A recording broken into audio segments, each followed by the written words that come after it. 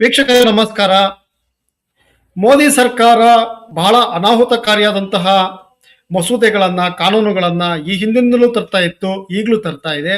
ಆದರೆ ಇವತ್ತು ಒಂದು ಗಂಭೀರವಾದಂತಹ ಮಸೂದೆಯನ್ನ ಮೋದಿ ಸರ್ಕಾರ ನಮ್ಮ ಮುಂದೆ ಇಟ್ಟಿರುವಂತದ್ದು.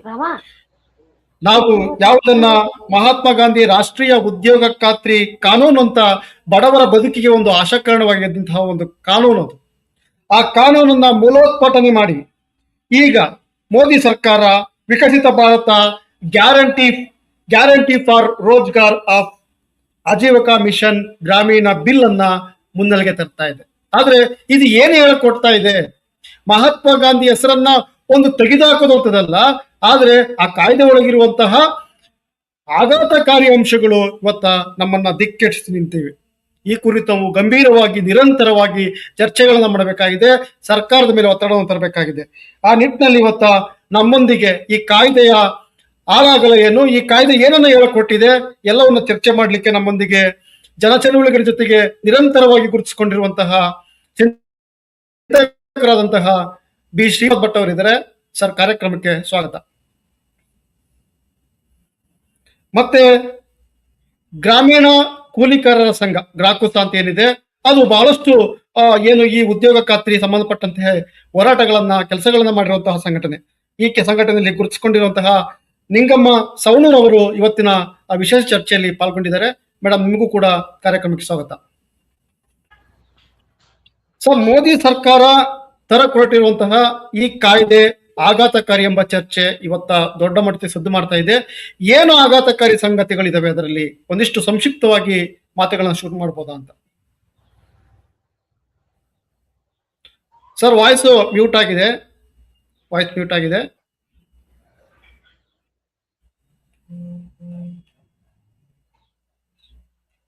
ಸರ್, ವಾಯ್ಸ್ ಮ್ಯೂಟ್ ಆಗಿದೆ. ಕೇಳಿಸ್ತಾ ಇಲ್ಲ ಸರ್. ಮ್ಯೂಟ್ ಆಗಿಲ್ವಲ್ಲ? ಈಗ ಕೇಳಿಸ್ತಾ ಇದೆಯಾ? ಕೇಳಿಸ್ತಾ ಇದೆ. ಇದು ಏನಿದು ಗಾಂಧಿ ಹೆಸರನ್ನು ತೆಗೆದು ರಾಮನ ಹೆಸರು ಬರೋ ತರ ಇಟ್ಟಿದ್ದಾರೆ ನೋಡಿದ ಒಂಥರ ವ್ಯಂಗ್ಯವಾಗಿ ಹೇ ರಾಮ್ ಅಂತ ಹೇಳ್ಬೇಕಾಗುತ್ತೆ. ಇದು ಕೇವಲ ಹೆಸರು ಬದಲಾವಣೆ ಮಾತ್ರವಲ್ಲ, ಬಡವರ ಹೊಟ್ಟೆ ಮೇಲೆ ಹೊಡೆಯುವಂತ ಒಂದು ತಿದ್ದುಪಡಿ ಆಗಿದೆ. ಮತ್ತು ಉಣ್ಣುವ ತಟ್ಟೆಗೆ ತೂತಾಕುವಂತ ಒಂದು ದೊಡ್ಡ ಒಂದು ದುರುದ್ದೇಶ ಅಂತ ಹೇಳ್ಬೇಕಾಗತ್ತೆ. ಇದು ಎಲ್ಲರೂ ಖಂಡಿಸ್ತಾ ಇದ್ದಾರೆ, ಪ್ರತಿಯೊಬ್ರು ಖಂಡಿಸ್ತಾ ಇದ್ದಾರೆ. ಇದೊಂದು ಅಮಾನವೀಯ ನಡೆ ಅಂತ ಹೇಳ್ಬೇಕಾಗತ್ತೆ. ಇಡೀ ಆ ಸರ್ಕಾರದ ಉದ್ದೇಶವೇ ಒಂದು ಅಮಾನವೀಯ ಅಂತ ಹೇಳ್ಬೇಕಾಗತ್ತೆ. ಕೇವಲ ಹೆಸರು ಮಾತ್ರ ಬದಲಾವಣೆ ಮಾಡಿಲ್ಲ. ಇದನ್ನ ಯಾವ ರೀತಿ ಮಾಡಿದಾರೆ ಅಂದ್ರೆ, ಇದುವರೆಗೆ ಇದು ಡಿಮ್ಯಾಂಡ್ ಡ್ರಿವನ್ ಆಗಿತ್ತು. ಒಂದು ಆಯಾ ಕೂಲಿ ಕಾರ್ಮಿಕರು, ನರೇಗಾದಲ್ಲಿ ಇರುವಂತಹ ನೋಂದಿತ ಕೂಲಿ ಕಾರ್ಮಿಕರು ಕುಟುಂಬಗಳು ಡಿಮ್ಯಾಂಡ್ ಮಾಡ್ತಾ ಇದ್ರು. ತಮಗೆ ಬೇಕಾದಂತ ಸಂದರ್ಭದಲ್ಲಿ ಕೆಲಸವನ್ನು ಡಿಮ್ಯಾಂಡ್ ಮಾಡಿ ನರೇಗಾವನ್ನು ಏನು ಪ್ರಕ್ರಿಯೆ ನಡೀತಾ ಇತ್ತು. ಈಗ ಅದು ಡಿಮ್ಯಾಂಡ್ ಇಂದ ಸಪ್ಲೈ ಬೇಸಿಗೆ ಶಿಫ್ಟ್ ಆಗಿದೆ. ಮೊದಲನೇದಾಗಿ ಅಂದ್ರೆ ಮುಂದೆ ಕೇಂದ್ರ ಸರ್ಕಾರ ನಿರ್ಧರಿಸುತ್ತೆ. ಇದುವರೆಗೂ ಕಾರ್ಮಿಕರು ನಿರ್ಧರಿಸ್ತಾ ಇದ್ರು ತಮಗೆ ಕೆಲಸ ಬೇಕು ಅಂತ ಹೇಳ್ಬಿಟ್ಟು. ಈಗ ಅದನ್ನ ಕೇಂದ್ರ ಸರ್ಕಾರ ನಿರ್ಧರಿಸುತ್ತೆ. ಅಂದ್ರೆ ಕೇಂದ್ರ ಸರ್ಕಾರ ಈಗ ಅದಕ್ಕೆ ನರೇಗಾವನ್ನ ಈ ರಾಜ್ಯಕ್ಕೆ ಈ ಭಾಗಕ್ಕೆ ಕೊಡಬೇಕು ಅಂದ್ರೆ ಅದಕ್ಕೆ ಅನುಮೋದನೆ ಕೊಡುತ್ತೆ, ಇಲ್ಲ ಅಂತಂದ್ರೆ ಅನುಮೋದನೆ ಕೊಡೋದಿಲ್ಲ. ಈ ಮಟ್ಟದ ಒಂದು ನಿಯಂತ್ರಣವನ್ನು ತೆಗೆದುಕೊಂಡಿರೋದು ಬಹಳ ಆಘಾತಕಾರಿಯಾಗಿರುವಂತಹದ್ದು. ಮತ್ತೆ ಮೇಲ್ನೋಟಕ್ಕೆ ಕಾಣುವಂತೆ 100 ದಿನಗಳಿಂದ 120 ದಿನಗಳು ಅಂತ ಹೇಳ್ತಾ ಇದ್ದಾರೆ. ಪತ್ರಿಕೆಗಳು ಕೂಡ ಬಹುಪಾಲು ಪತ್ರಿಕೆಗಳು ಎಷ್ಟು ನೈತಿಕವಾಗಿ ಭ್ರಷ್ಟ ಆಗಿದಾವೆ ಅಂತಂದ್ರೆ ಅದನ್ನೇ ಹೆಡ್ಲೈನ್ ಮಾಡ್ತಾ ಇದಾವೆ. ಆದ್ರೆ ಈ ಡಿಮ್ಯಾಂಡ್ ಬೇಸ್ ಇಂದ ಸಪ್ಲೈ ಬೇಸಿಗೆ ಶಿಫ್ಟ್ ಆಗಿರೋದನ್ನ ಎಲ್ಲೂ ಹೇಳ್ತಾ ಇಲ್ಲ ಸರಿಯಾಗಿ. ಮತ್ತು 120 ದಿನಗಳು ಮಾಡಿರೋದು ಕಣ್ಣೋರ್ ಸ್ವತಂತ್ರ. ಯಾಕೆಂತಂದ್ರೆ ಜೊತೆ ಮತ್ತೊಂದು ಸೇರಿಸಿದ್ದಾರೆ, ಕೃಷಿ ಸಂದರ್ಭದಲ್ಲಿ ಕಟಾವು ಮಾಡ್ಬೇಕಾದ ಸಂದರ್ಭದಲ್ಲಿ 60 ದಿನಗಳಲ್ಲಿ ನೀವು ನರೇಗಾವನ್ನ ಮಾಡುವಂತಿಲ್ಲ ಅಂತ ಹೇಳ್ತಾನೆ. ಇದ್ರ ಅರ್ಥ ಏನು? ಯಾತಕ್ಕೋಸ್ಕರ ನಿರ್ಬಂಧ ಇರ್ತಾ ಇದೆ? 125 ದಿನಗಳು ಕೊಟ್ಟಿದ್ದನ್ನ ಮತ್ತೊಂದು ರೀತಿಯಿಂದ ಕಸಗಳ ರೀತಿಯಲ್ಲಿ ಈ ರೀತಿಯಾಗಿ ಒಂದು ನಿಯಮಗಳು ಮಾಡ್ತಾ ಇದೆ. ಮತ್ತು ಮೂರನೇದಾಗಿ ಬಹಳ ಮುಖ್ಯವಾಗಿ ಇದು ದುಡಿಯುವ ಹಕ್ಕನ್ನು ಕಸಿತಾ ಇದೆ. ಇದು ದುಡಿಯುವ ಹಕ್ಕನ್ನ ಅಂದ್ರೆ ಕೆಲಸ ಮಾಡುವ ದುಡಿಯುವ ಹಕ್ಕಂತ ನರೇಗಾದ ಮೂಲ ಉದ್ದೇಶವೇ ದುಡಿಯುವ ಹಕ್ಕು ಮತ್ತು ಬದುಕಿನ ಹಕ್ಕಾಗಿತ್ತು. ಆರ್ಟಿಕಲ್ 21 ಆಫ್ ದ ಕಾನ್ಸ್ಟಿಟ್ಯೂಷನ್, ಸಂವಿಧಾನದ 21ನೇ ವಿಧಿ ಏನ್ ಹೇಳುತ್ತೆ? ಬದುಕುವ ಹಕ್ಕನ್ನು ಕೊಡುತ್ತೆ, ಬದುಕಿನ ಹಕ್ಕನ್ನು ಕೊಡುತ್ತೆ. ಬದುಕಿನ ಹಕ್ಕಿನಲ್ಲಿ ಶಿಕ್ಷಣ ಇದೆ, ಉದ್ಯೋಗ ಇದೆ, ಆರೋಗ್ಯ ಇದೆ. ಈ ಉದ್ಯೋಗವನ್ನು ನೀವು ಬದುಕಿನ ಹಕ್ಕಾಗಿ ಕಸ್ಕೊಂಡ್ಬಿಟ್ಟ ನಂತರ ಇದು ವಿಧಿವೈ 21 ಕೂಡ ಉಲ್ಲಂಘನೆ ಆಗುತ್ತೆ, ಇದು ದುಡಿಯ ಹಕ್ಕಿನ ಉಲ್ಲಂಘನೆ ಆಗುತ್ತೆ ಮತ್ತು ಬದುಕಿನ ಹಕ್ಕಿನ ಉಲ್ಲಂಘನೆ ಆಗುತ್ತೆ. ಇದು ಕೂಡ ಬಹಳ ಅಪಾಯಕಾರಿ ಆಗಿರುವಂತದ್ದು. ಇನ್ನು ನಾಲ್ಕನೇದಾಗಿ ಬಹಳ ಮುಖ್ಯವಾಗಿ ಹಣಕಾಸಿನ ಅನುದಾನ. ಇದು ನೋಡಿ, ಇದುವರೆಗೂ ಮುಂಚೆ 100% ಕೇಂದ್ರದ ಅನುದಾನ ಬರ್ತಾ ಇತ್ತು, ನಂತರ ಅದನ್ನ ರಿವೈಸ್ ಮಾಡಿ 90:10% ಮಾಡಿದ್ರು. ಈಗ ಅದನ್ನ 60 ಮತ್ತು 40% ಇಳಿಸಿದ್ದಾರೆ. ಅಂದ್ರೆ ಇನ್ನೊಂದು 40% ರಾಜ್ಯಗಳು ಭರಿಸಬೇಕು. ಅಂದ್ರೆ ಇಲ್ಲಿ ರಾಜ್ಯಗಳಿಗೆ ನರೇಗಾದ ಕಾರ್ಯಯೋಜನೆ ನಿರ್ಧರಿಸುವ ಅಧಿಕಾರ ಇಲ್ಲ. ರಾಜ್ಯಗಳಿಗೆ ನರೇಗಾವನ್ನ ಡಿಮ್ಯಾಂಡ್ ಬೇಸ್ ಅಲ್ಲಿ ಈವರೆಗೆ ನಡೆಸುವ ಅಧಿಕಾರ ಇಲ್ಲ. ಆದ್ರೆ ಆ ಹಣವನ್ನು ಮಾತ್ರ 40% ಕೊಡ್ಬೇಕು. ಇದು ಇದು ಇದು ಅಂತಹ ಒಂದು ದಬ್ಬಾಳಿಕೆ, ಒಂದು ದರ್ಪ ಅಂತ ನೀವು ಅರ್ಥ ಮಾಡ್ಕೊಳ್ಬೇಕು. ಮತ್ತು ಈ ರಾಜ್ಯಗಳು ಈಗಾಗಲೇ ರೆವಿನ್ಯೂಯ ಕೊರತೆಯಿಂದ ಬಳಲ್ತಾ ಇದಾವೆ. ಈಗ ಈ ಬಾರಿಯ ಬಜೆಟ್ ಅಧಿವೇಶನದಲ್ಲಿ 2025-26ರಲ್ಲಿ ಕರ್ನಾಟಕ ಸರ್ಕಾರದ ಬಜೆಟ್ ನಲ್ಲಿ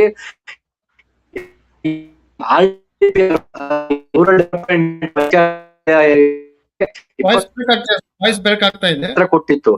ಈಗ ಹೆಚ್ಚುವರಿಯಾಗಿ 40% ಹೆಚ್ಚುವರಿ ಬರೋದ್ರಿಂದ ಹೆಚ್ಚುವರಿ ಬರ್ಡನ್ ಅನ್ನ ರಾಜ್ಯ ಸರ್ಕಾರದ ಮೇಲೆ ಬೀಳುತ್ತೆ. ಈಗಿರುವ ಸ್ಥಿತಿಯಲ್ಲಿ ರಾಜ್ಯ ಸರ್ಕಾರಗಳು ಅದನ್ನು ಭರಿಸುವ ಸಾಧ್ಯತೆಗಳೇ ಇಲ್ಲ ಅಂತ ಹೇಳ್ಬೇಕಾಗತ್ತೆ.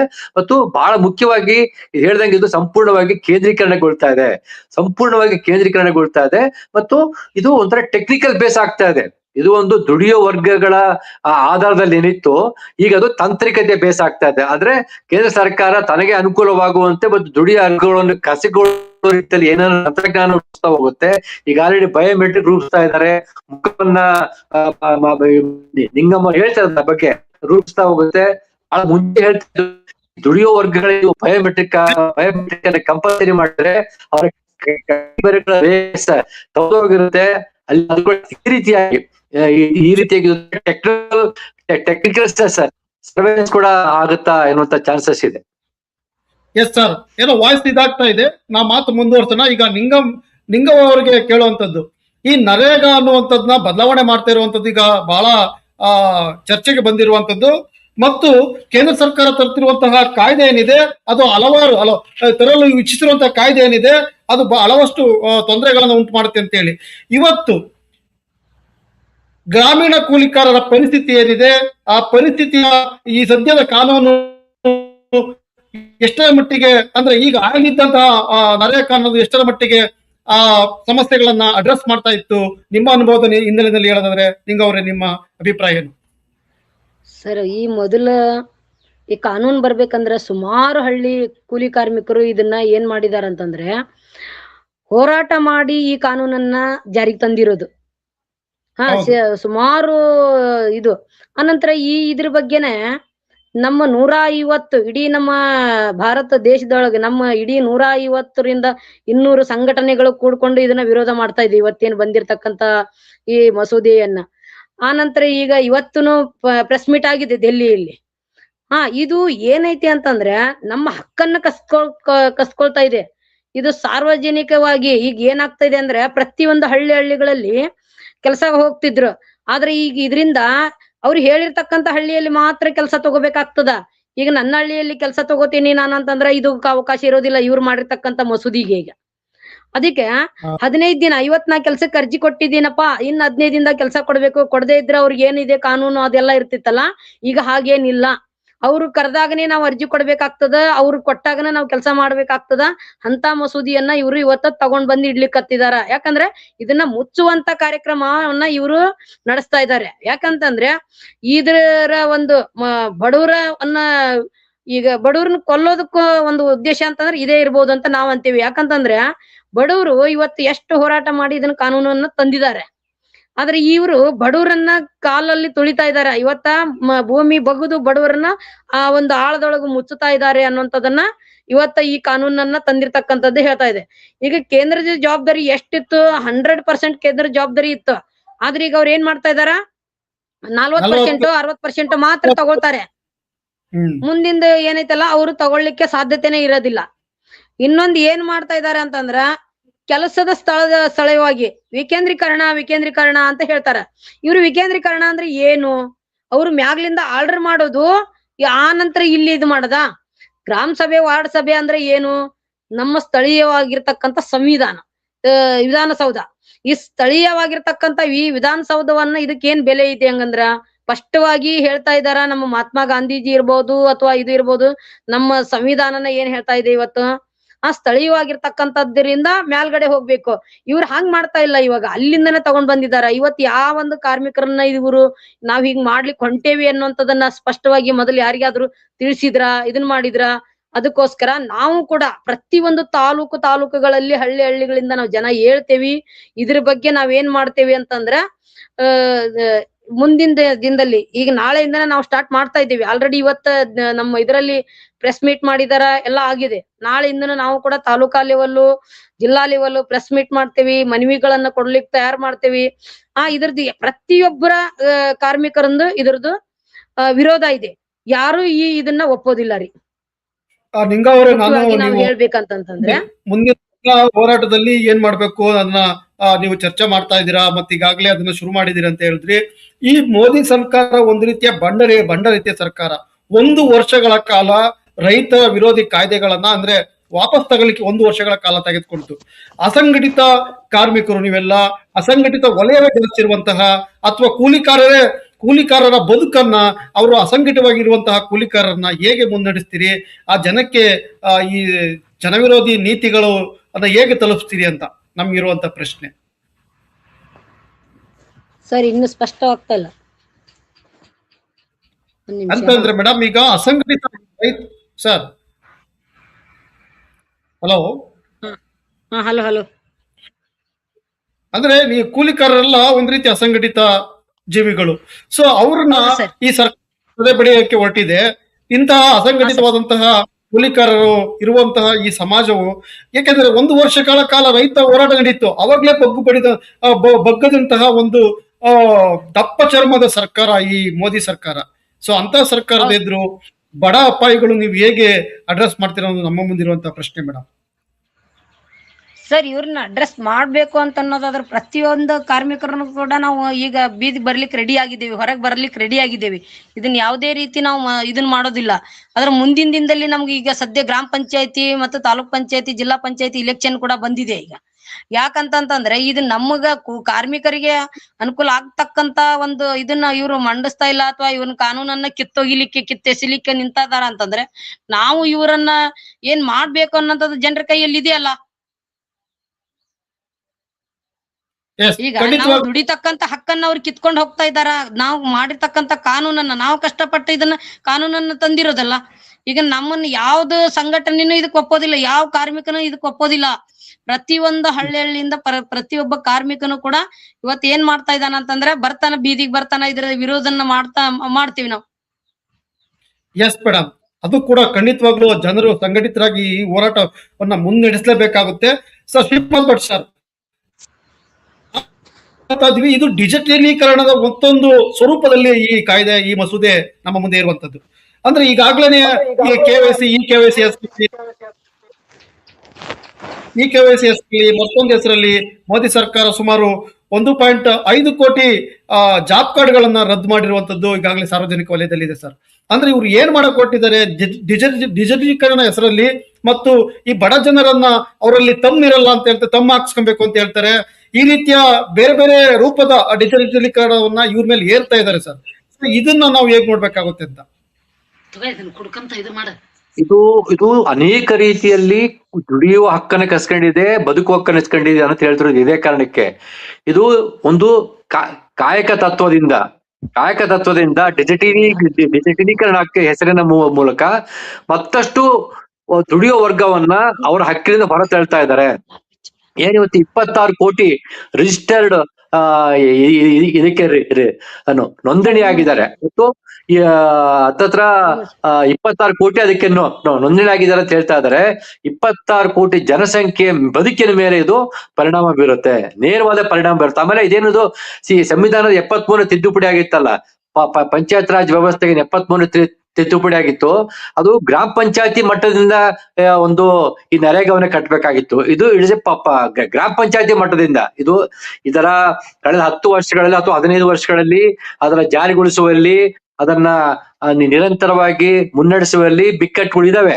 ಅಲ್ಲಿ ಭ್ರಷ್ಟಾಚಾರ ಇರ್ಬೋದು, ಅಲ್ಲಿ ದಕ್ಷತೆ ಇಲ್ದಿರ್ಬೋದು. ಆದ್ರೆ ಇದು ಒಂದು ಒಂದು ಒಂದು ದುಡಿಯುವ ಹಕ್ಕನ್ನು ಕೊಟ್ಟಿದೆ, ಬದುಕಿನ ಹಕ್ಕನ್ನು ಕೊಟ್ಟಿದೆ, ಮತ್ತು ಇದೊಂದು ವಿಕೇಂದ್ರೀಕರಣವನ್ನ ಗಟ್ಟಿಗೊಳಿಸುವ ಕಡೆಗೆ ಸಾಕ್ತಾ ಇತ್ತು. ಯಾವುದೇ ಒಂದು ಪ್ರಜಾಪ್ರಭುತ್ವದಲ್ಲಿ ನೀವು ದಿಢೀರನೆ ಬದಲಾವಣೆ ತರಕ್ ಸಾಧ್ಯ ಇಲ್ಲ. ಇಲ್ಲಿರುವಂತಹ ಒಂದು ಅವ್ಯವಸ್ಥೆ ಆಗಿರ್ಬೋದು, ಭ್ರಷ್ಟ ವ್ಯವಸ್ಥೆ ಆಗಿರ್ಬೋದು, ನಮಗೆ ಆ ಕೂಡಲೇ ದೊಡ್ಡ ಮಟ್ಟದ ಬದಲಾವಣೆ ಕೊಡಕ್ ಸಾಧ್ಯ ಇಲ್ಲ. ಹಂತ ಹಂತವಾಗಿ ಹೋಗ್ತಾ ಇತ್ತು. ಒಂದು ಗ್ರಾಮ ಪಂಚಾಯತಿ ಮಟ್ಟದಲ್ಲಿ ಒಂದು ಬದುಕನ್ನು ಕಟ್ಟಿಕೊಳ್ಳುವಂತಹ ನೀತಿ ನಿರೂಪಣೆ ರೂಪಿಸುವಂತಹ ಒಂದು ವ್ಯವಸ್ಥೆ. ಇದು ಕೇವಲ ಒಂದು ಕಾಯ್ದೆ ಆಗಿರ್ಲಿಲ್ಲ, ಗ್ರಾಮ ಮಟ್ಟದಲ್ಲಿ ನೀತಿ ನಿರೂಪಣೆ ರೂಪಿಸುವಂತಹ ಒಂದು ವ್ಯವಸ್ಥೆ ಆಗಿತ್ತು. ಈಗ ಅದನ್ನ ಟಾಪ್ ಟು ಬಾಟಮ್ ವ್ಯವಸ್ಥೆಗೆ ತಿರುಗಿಸಿದ್ದಾರೆ. ಆದ್ರೆ ಮೇಲಿನಿಂದ ಇವತ್ತು ನಿರ್ದೇಶನ ಮಾಡುವಂತ ಹಂತಕ್ಕೆ ಬಂದ್ ತಲುಪಿದೆ. ಇದು ಬಹಳ ಅಪಾಯಕರಾಗಿರುವಂತದ್ದು. ಇದನ್ನ ನಾವು ಅರ್ಥ ಮಾಡ್ಕೊಳ್ಬೇಕು. ಮರಳಿ ಆಮೇಲೆ ಈ ನರೇಗಾ ತರೋದಕ್ಕೆ ಬಹಳ ಹೋರಾಟ ಆಗಿದೆ. ನಿಂಗಮ್ಮ ಅವರು ಆಗ್ಲೇ ಹೇಳ್ದಂಗೆ ಅದು ಕೂಡಲೇ ಬಂದಿದ್ದಲ್ಲ, ಅದು ಅನೇಕ ವರ್ಷಗಳ ಸತತ ಹೋರಾಟದಿಂದ ಬಂದಂತದ್ದು. ಇದಕ್ಕೆ ಕಾರ್ಮಿಕರ ಹೋರಾಟವಾದ ಇರ್ಬೋದು, ಅನೇಕ ರೀತಿಯ ದುಡಿಯುವ ವರ್ಗಗಳ ಕೂಲಿ ಕಾರ್ಮಿಕರ ಹೋರಾಟ ಆಗಿರ್ಬೋದು, ಮತ್ತು 73ನೇ ಅಮೆಂಡ್ಮೆಂಟ್ ಇದೆಲ್ಲ, ಸಂವಿಧಾನದ 73 ಅಮೆಂಡ್ಮೆಂಟ್ ಬಹಳ ದೊಡ್ಡ ಪಾತ್ರ ವಹಿಸಿದೆ. ಪಂಚಾಯತ್ ರಾಜ್ ವ್ಯವಸ್ಥೆಗೆ 73ನೇ ಅಮೆಂಡ್ಮೆಂಟ್ ಮಾಡಿದ್ದಾರೆ. ಇದು ಬಹಳ ದೊಡ್ಡ ಪಾತ್ರ ವಹಿಸಿದೆ. ಇದು ಕೂಡ ಈ ನರೇಗಾದ ಒಂದು ವಿಕೇಂದ್ರೀಕರಣಕ್ಕೆ ದೊಡ್ಡ ಮಟ್ಟದ ಕಾರಣ ಆಗಿದೆ. ಅಂದ್ರೆ ಇದು ಸಂಪೂರ್ಣವಾಗಿ ವಿರುದ್ಧ ದಿಕ್ಕಲ್ಲಿ ಹೋಗ್ತಾ ಇದೆ. ವಿಕೇಂದ್ರೀಕರಣದಿಂದ ಕೇಂದ್ರೀಕರಣಕ್ಕೆ, ಕೆಳಗಿನಿಂದ ಮೇಲಕ್ಕೆ ಸ್ಥಾಪಿಸಿದ್ದಂತ ವ್ಯವಸ್ಥೆಯಿಂದ ಮೇಲಿಂದ ಕೆಳಕ್ಕೆ, ಮತ್ತು ರಾಜ್ಯಗಳ ಕೈಗೆ ಇದ್ದಂತ ಅಧಿಕಾರವನ್ನ ಕೇಂದ್ರಕ್ಕೆ ತೆಗೆದುಕೊಳ್ಳುವಂತದ್ದು, ಅನುದಾನವನ್ನ ಕಡಿತಗೊಳಿಸ್ಬಿಟ್ಟು ತಮಗೆ ಬೇಕಾದ ರೀತಿಯಲ್ಲಿ ಮಾಡುವಂತದ್ದು, ಹೀಗೆ ಸಂಪೂರ್ಣವಾಗಿ ವಿರುದ್ಧ ದಿಕ್ಕಿನಲ್ಲಿ ಹೋಗ್ತಾ ಇದೆ. ಮತ್ತು ಅವ್ರ ಉದ್ದೇಶ ಬಹುಶಃ ಈ ಕಾಯ್ದೆಯನ್ನ ರದ್ದುಗೊಳಿಸೋದಾಗಿರುವುದನ್ನೋದು ನಾವು ಸ್ಪಷ್ಟವಾಗಿ ಹೇಳ್ಬೇಕಾಗತ್ತೆ. ಅವರಿಗೆ ಮುಂಚೆಯಿಂದಲೂ ಈ ನರೇಗಾದ ಬಗ್ಗೆ ಒಂದು ಆಸಕ್ತಿ ಇರ್ಲಿಲ್ಲ. ಈ ನರೇಂದ್ರ ಮೋದಿ ಅವರು ಪ್ರಧಾನಮಂತ್ರಿ ಆದ ನಂತರ ಅನೇಕ ಬಾರಿ ಇದನ್ನ ಕಟ್ಟುವಾಗಿ ಟೀಕೆ ಮಾಡಿದ್ದಾರೆ. ಈ ನರೇಗಾದ ಬಗ್ಗೆ ಕೆಟ್ಟದಾಗ ಆಡ್ಕೊಂಡಿದ್ದಾರೆ. ಆ ಮುಂಚಿನವರೆಗೆ ಇದ್ರ ಬಗ್ಗೆ ಒಂದು ಆಸಕ್ತಿ ಇರ್ಲಿಲ್ಲ, ಅನೇಕ ಕಾರಣಗಳ ಆಸಕ್ತಿ ಇರಲಿಲ್ಲ. ಒಂದು UPA ಕಾಲದ ಕಾಯ್ದೆ ಅಂತ ಒಂದು ಕಾರಣಕ್ಕಿರ್ಬೋದು.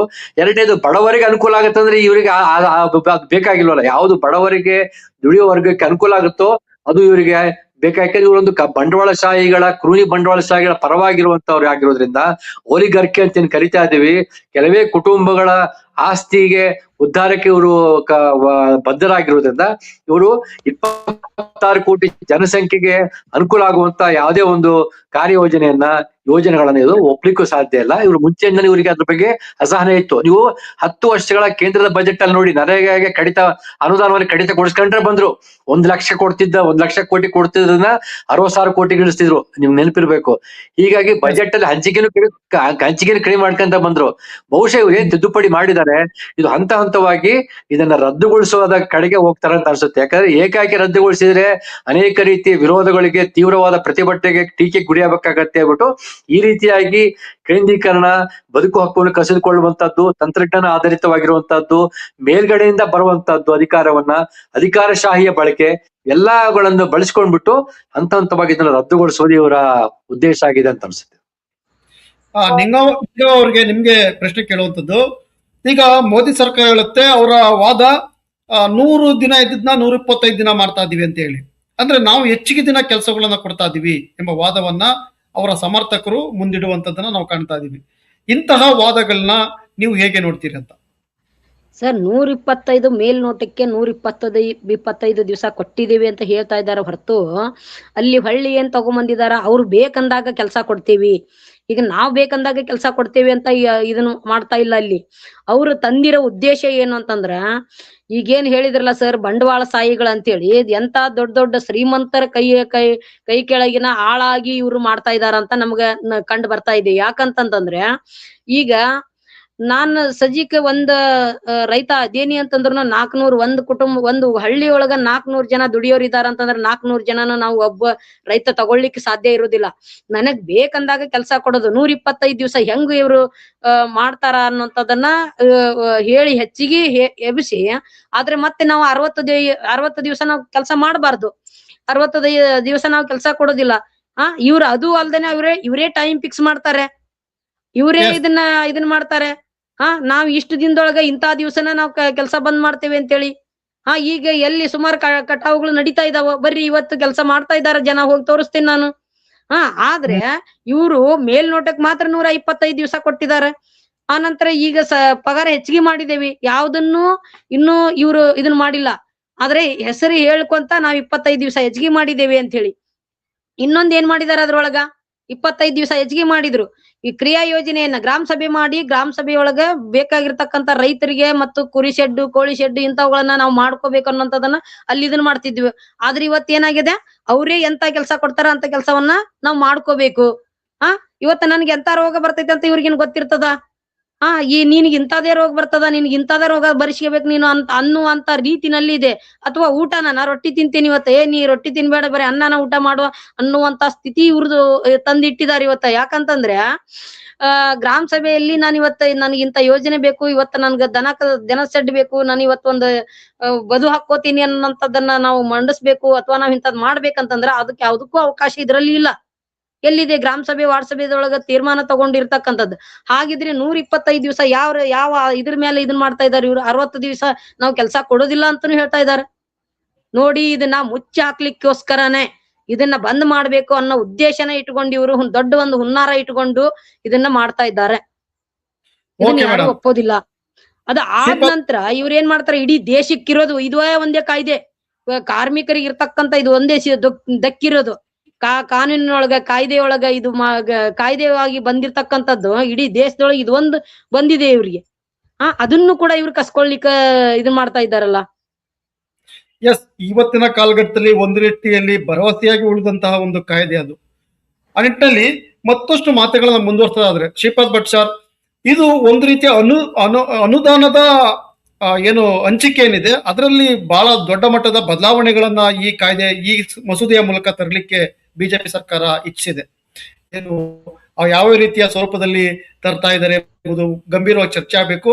ಈಗಾಗಲೇ GST ಹೆಸರಲ್ಲಿ GST ಅನ್ನ ಕೊಡದೆ, ರಿಟರ್ನ್ ಮಾಡದಲೆ ರಾಜ್ಯ ಸರ್ಕಾರಗಳನ್ನ ಶೋಷಣೆ ಮಾಡಿ ಸಾಕಾಗಿದೆ. ಅದರ ನಡುವಿನಲ್ಲಿ ಈಗ ಏನು ನರೇಗಾ ಅಥವಾ ಈ ತರದೊಂದು ಮಸೂದೆಯನ್ನು ತಂದು ಅದರ ಮೂಲಕ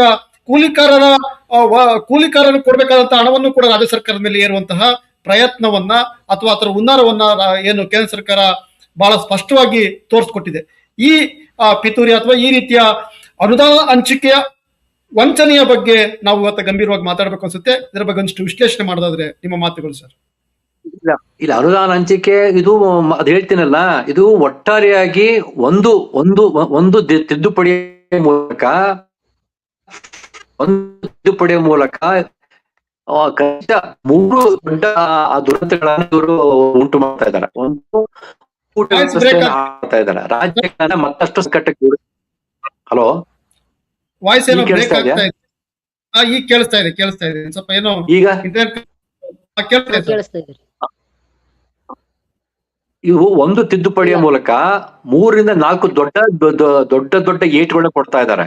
ಮೊದಲನೇದಾಗಿ ಒಕ್ಕೂಟ ವ್ಯವಸ್ಥೆಯನ್ನ ಮತ್ತಷ್ಟು ದುರ್ಬಲಗೊಳಿಸ್ತಾರೆ. ರಾಜ್ಯಗಳನ್ನ ಒಂದು ರೀತಿಯ ಕತ್ತು ಹಿಸುಕುವಂತ, ಈಗ ಆಲ್ರೆಡಿ ಹೇಳ್ದಂಗೆ GST ಮೂಲಕ ಏನು ಕತ್ತು ಹಿಸುಕ್ತಿದ್ದಾರೆ, ಸೆಸ್ಸು ಅಥವಾ ಸರ್ಚಾರ್ಜ್ ಮೂಲಕ ಹೇರಿಸೋ ಮೂಲಕ ಕತ್ತು ಹಿಸುಕ್ತಿದ್ದಾರೆ.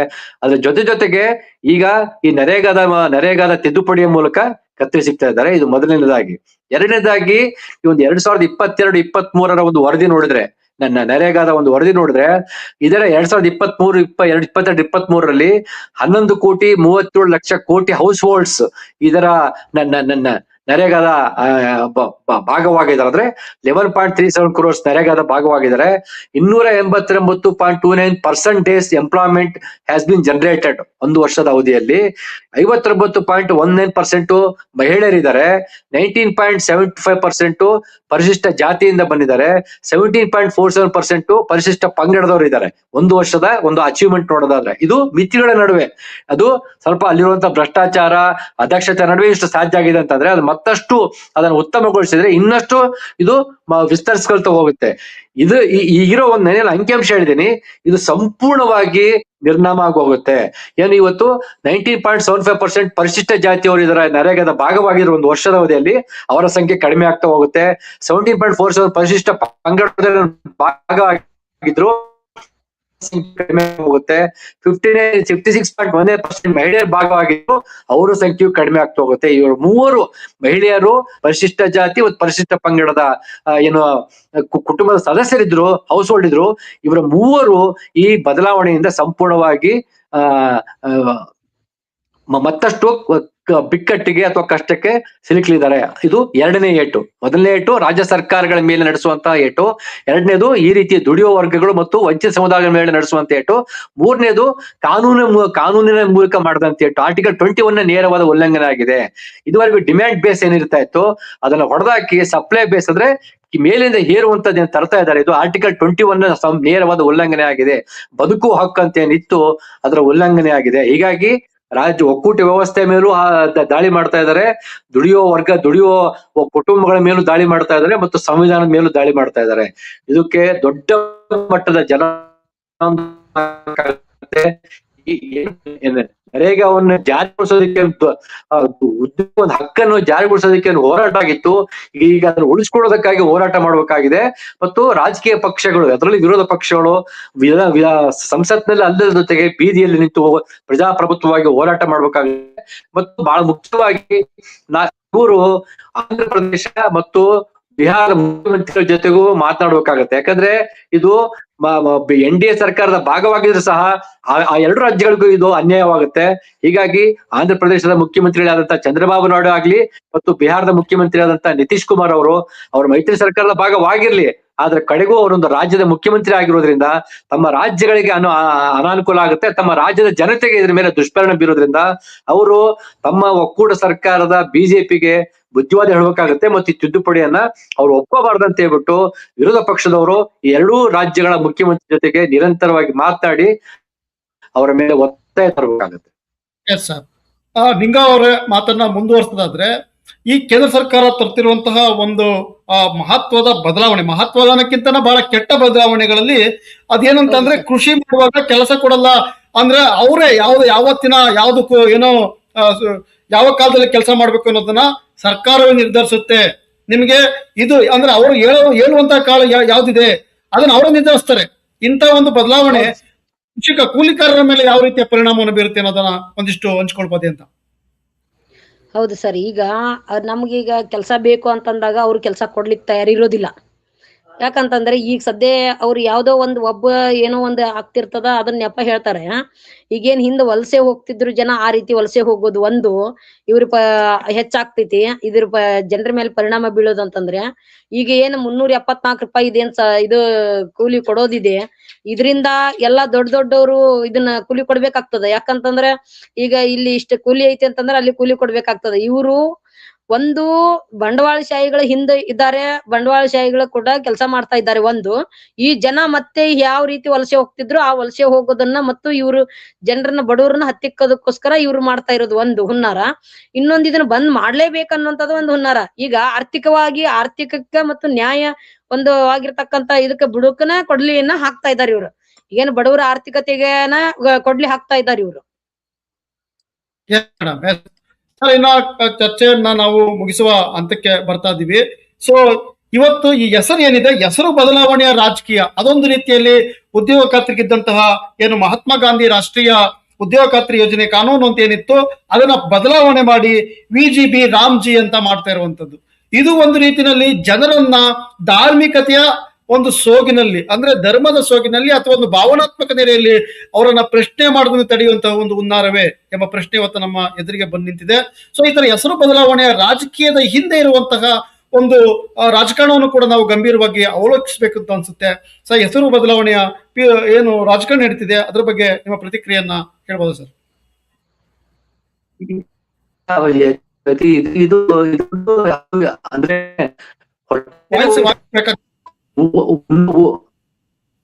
ಹಲೋ ಸರ್, ವಾಯ್ಸ್ ಇಂಟರ್ನೆಟ್ ಏನೋ ಸ್ಲೋ ಇದೆ ಅನ್ಸುತ್ತೆ. ಈಗ ಕೇಳಿಸ್ತಾ ಇದೆಯಾ? ಕೇಳಿಸ್ತಾ ಇದೆ ಸರ್. ಹಲೋ, ಕೇಳಿಸ್ತಾ ಇದೆ?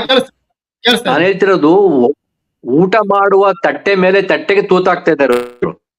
ಹೆಸರು ಬದಲಾವಣೆ ಅನ್ನುವಂಥದ್ದನ್ನ ಯಾವ್ದನ್ನ ಯಾವ ರೀತಿ ನೋಡೋದು? ಹೆಸರು ಬದಲಾವಣೆ ಏನೇನ ಮಾಡ್ಕೊಂಡ್ರಪ್ಪ, ಊಟದ ತಟ್ಟೆಗೆ ಕೈ ಹಾಕ್ಬೇಡ್ರ ಅನ್ನುವಂತ ದಿನಗಳು ನಾವಿರೋದ್ರಿಂದ, ಊಟದ ತಟ್ಟೆ ಅಂದ್ರೆ ಏನ್ ಹೇಳ್ತಾರಲ್ಲ, ಸಾಬಿನೇ ಹೋಗ್ತಾ ಇದ್ದ ಗಡ್ಡಕ್ಕೆ ಹತ್ರ ಅನ್ನಂಗೆ ಇದು ಈ ತರ ಸ್ಥಿತಿ ತಂದು ನಿಲ್ಸ್ಬಿಡ. ಹೌದು, ಹೆಸರು ಬದಲಾವಣೆ ದೊಡ್ಡ ಸಾಂಸ್ಕೃತಿಕ ರಾಜಕಾರಣ ಅದು. ಇದು RSS ಮಾಡುವಂತ ಸಾಂಸ್ಕೃತಿಕ ರಾಜಕಾರಣ, ಅದ್ರ ಬಗ್ಗೆ ಅನುಮಾನವಿಲ್ಲ. ಅವ್ರು ಏನೇ ಮಾಡಿದ್ರು ಒಂದು ಸಾಂಸ್ಕೃತಿಕ ರಾಜಕಾರಣ ಮಾಡೇ ಮಾಡ್ತಾರೆ. ಅದೇನಾಗುತ್ತೆ, ಅವ್ರು ತಿದ್ದುಪಡಿ ಮಾಡಿರುವಂತ ಉದ್ದನ ಹೆಸರನ್ನು ಯಾರಿಗೂ ಹೇಳಕ್ ಸಾಧ್ಯ ಇಲ್ಲ, ಅದು ನೆನಪಲ್ಲಿ ಇರೋದಿಲ್ಲ. ಅದು ಯಾವ ರೀತಿ ಬಳಕೆಗೆ ಬರುತ್ತೆ, ಈಗ ಹೆಂಗೆ ಮಹಾತ್ಮ ಗಾಂಧಿ ಉದ್ಯೋಗ ಗ್ಯಾರಂಟಿ ಯೋಜನೆ ಅನ್ನೋದನ್ನ ಶಾರ್ಟ್ ಆಗಿ ನರೇಗಾ ಅಂತ ಆಯ್ತು, ಅದೇ ರೀತಿ ಅವರು ಯೂನಿಯನ್ ಬದಲಾವಣೆ ಮಾಡಿರುವಂತ ಹೆಸರು ಬರ್ತಾ ಬರ್ತಾ ಜಿ ರಾಮ್ಜಿ ಅಂತ ಆಗತ್ತಲ್ವಾ. ಕಡೆಗೆ ಅದೊಂದು ನಾವು ದಿನನಿತ್ಯ ರಾಮನ ಹೆಸರು ಹೇಳುವಂತದ್ದು ಜಿ ರಾಮ್ಜಿ ಆಗುತ್ತೆ ಅನ್ನುವಂತ ಒಂದು ಸಾಂಸ್ಕೃತಿಕ ರಾಜಕಾರಣ ಕೂಡ ಇಲ್ಲಿದೆ. ಇದ್ರ ಬಗ್ಗೆ ಯಾವುದೇ ಅನುಮಾನವೇ ಇಲ್ಲ. ಇವರು ಎಂತಹ ಒಂದು ದುಷ್ಟತನದ ಪಾಠಗಳನ್ನ ಕಲ್ತಿದ್ದಾರೆ, ದುಷ್ಟತನವನ್ನ ಮೈಗೂಡಿಸ್ಕೊಂಡಿದ್ದಾರೆ ಅಂತಂದ್ರೆ ಎಲ್ಲಾ ರೀತಿಯಲ್ಲಿಯೂ ದುಷ್ಟತನವನ್ನ ಪ್ರಯೋಗ ಮಾಡೋದಕ್ಕೆ, ಕೇಡಿತನವನ್ನ ಪ್ರಯೋಗ ಮಾಡೋದಕ್ಕೆ ಯಾವುದೇ ಒಂದು ಸಣ್ಣ ಅವಕಾಶವನ್ನು ಕೂಡ ಬಿಡೋದಿಲ್ಲ ಅನ್ನುವುದಕ್ಕೆ ಇದು ಉತ್ತಮ ಉದಾಹರಣೆ. ನಿಂಗ ಅವರ ನಿಮ್ಮ ಮಾತುಗಳ ಮೂಲಕ ನಾವು ಈ ಚರ್ಚೆಯನ್ನ ಕೊನೆಗೊಳಿಸೋಣ ಅಂತ ಅನ್ಸುತ್ತೆ. ಸೊ ಇವತ್ತ ಬಿಜೆಪಿ ಸರ್ಕಾರ ಮಾಡ್ತಿರುವಂತಹ ಇದನ್ನ ದೊಡ್ಡ ಮಟ್ಟದಲ್ಲಿ ಹೋರಾಟವನ್ನ ಮುಂದಕ್ಕೆ ತೆಗೆದುಕೊಂಡು ಹೋಗ್ಬೇಕು ಅನ್ನೋದು ಕೂಡ ನಮ್ಮೆಲ್ಲರ ಆಶಯ. ನಿಮ್ಮೊಂದಿಗೆ ನಾವೆಲ್ಲರೂ ಇರ್ತೀವಿ. ಸೊ ಅಂತಿಮವಾಗಿ ಜನಕ್ಕೆ ಅಂದ್ರೆ ಕೂಲಿಕಾರರಿಗೆ ನೀವು ಯಾವ ಸಂದೇಶವನ್ನು ಕೊಡ್ತೀರಿ ಮತ್ತು ಯಾವ ಕರೆಯನ್ನ ಒಬ್ರು ಸಂಘಟಕರಾಗಿ ಯಾವ ಕರೆಯನ್ನ ಕೊಡ್ತಾ ಇದ್ರಿ? ನಿಮ್ಮ ಮಾತುಗಳ ಮೂಲಕ ಈ ಚರ್ಚೆಯನ್ನ ಮುಗಿಸೋಣ ಅನ್ಸುತ್ತೆ. ಸರ್, ನಾವು ಪ್ರತಿ ಹಳ್ಳಿಯಿಂದ ಇನ್ನು ನಾಳೆಯಿಂದ ನಾವು ತಾಲೂಕಾ ಮಟ್ಟದಲ್ಲಿ ತಹಸೀಲ್ದಾರ್ ಅವ್ರ ಮುಖಾಂತರ ಮತ್ತ ಜಿಲ್ಲಾಧಿಕಾರಿಗಳ ಮುಖಾಂತರ ಇನ್ನ ಹೋರಾಟ ಮಾಡ್ಲಿಕ್ಕೆ ಮಾಡ್ತಾ ಇದ್ದೇವಿ. ಮತ್ತೆ ಪ್ರೆಸ್ ಮೀಟ್ ಮಾಡ್ತೀವಿ, ಎಲ್ಲೆಲ್ಲಿ ನಾವು ಕೂಡ ಪ್ರೆಸ್ ಮೀಟ್ ಮಾಡ್ತೇವಿ. ಆದ್ರೆ ಇದನ್ನ ನಾವು ಬಿಡಬಾರ್ದು, ನಾವು ಬಿಡೋದೇ ಇಲ್ಲ. ಇದೇನ್ ಮೊದ್ಲಿನ ಸ್ಥಿತಿ ಹೇಗಿತ್ತು, ನಮ್ ಕಾನೂನ್ ಏನಿತ್ತು, ನಮ್ ಆಕ್ಟ್ ಏನಿತ್ತು, ಅಲ್ಲಿವರೆಗೂ ನಾವು ಬಿಡೋದಿಲ್ಲ ಸರ್. ಅದಕ್ಕೋಸ್ಕರ ಅದನ್ನ ಯಾವ ರೀತಿ ಯಾವ ಸ್ಥಿತಿಗತಿಯಲ್ಲಿ ಇತ್ತು ಅದೇ ಸ್ಥಿತಿಗತಿಯಲ್ಲಿ ಇರುವವರೆಗೂ ನಾವು ಹೋರಾಟ ಮಾಡ್ತೇವೆ. ಜನನು ಕೂಡ ತಯಾರಾಗಿದ್ದಾರೆ ಸರ್. ಓಕೆ, ಈ ಹೊಸ ಮಸೂದೆಯ ಬಗ್ಗೆ ಗಂಭೀರವಾದ ಚರ್ಚೆಗಳಾಗ್ಲಿ ಮತ್ತು ಏನು ಬಡ ಜನರ ಹೊಟ್ಟೆ ಮೇಲೆ ಹೊಡಿಲಿಕ್ಕೆ ಹೊರಟಿರುವಂತಹ ಈ ಮೋದಿ ಸರ್ಕಾರಕ್ಕೆ ತಕ್ಕ ಪಾಠವನ್ನ ಕಲಿಸ್ಲಿ ಎಂಬುದು ಕೂಡ ನಮ್ಮೆಲ್ಲರ ಆಶಯ ಕೂಡ ಹೌದು. ಇಷ್ಟು ಹೊತ್ತು ಚರ್ಚೆಯಲ್ಲಿ ಪಾಲ್ಗೊಂಡು ತಮ್ಮ ವಿಚಾರಗಳನ್ನು ಹಂಚಿಕೊಂಡಂತಹ ಬಿ ಶ್ರೀಪಾದ್ ಭಟ್ ಸರ್ ಅವ್ರಿಗೂ ಮತ್ತು ನಿಂಗವ್ವ ಅವ್ರಿಗೂ ಅನಂತ ಧನ್ಯವಾದಗಳು. ನಮಸ್ತೆ ಸರ್. ಮತ್ತಷ್ಟು ವಿಶೇಷ ವಿಡಿಯೋಗಳನ್ನು ನೋಡಲು ಮತ್ತು ಹೊಸ ವಿಡಿಯೋಗಳ ಬಗ್ಗೆ ತಿಳಿಯಲು ಈ ದಿನ .com ಯೂಟ್ಯೂಬ್ ಚಾನೆಲ್ ಸಬ್ಸ್ಕ್ರೈಬ್ ಮಾಡಿ ಮತ್ತು ಬೆಲ್ ಐಕಾನ್ ಕ್ಲಿಕ್ ಮಾಡಿ.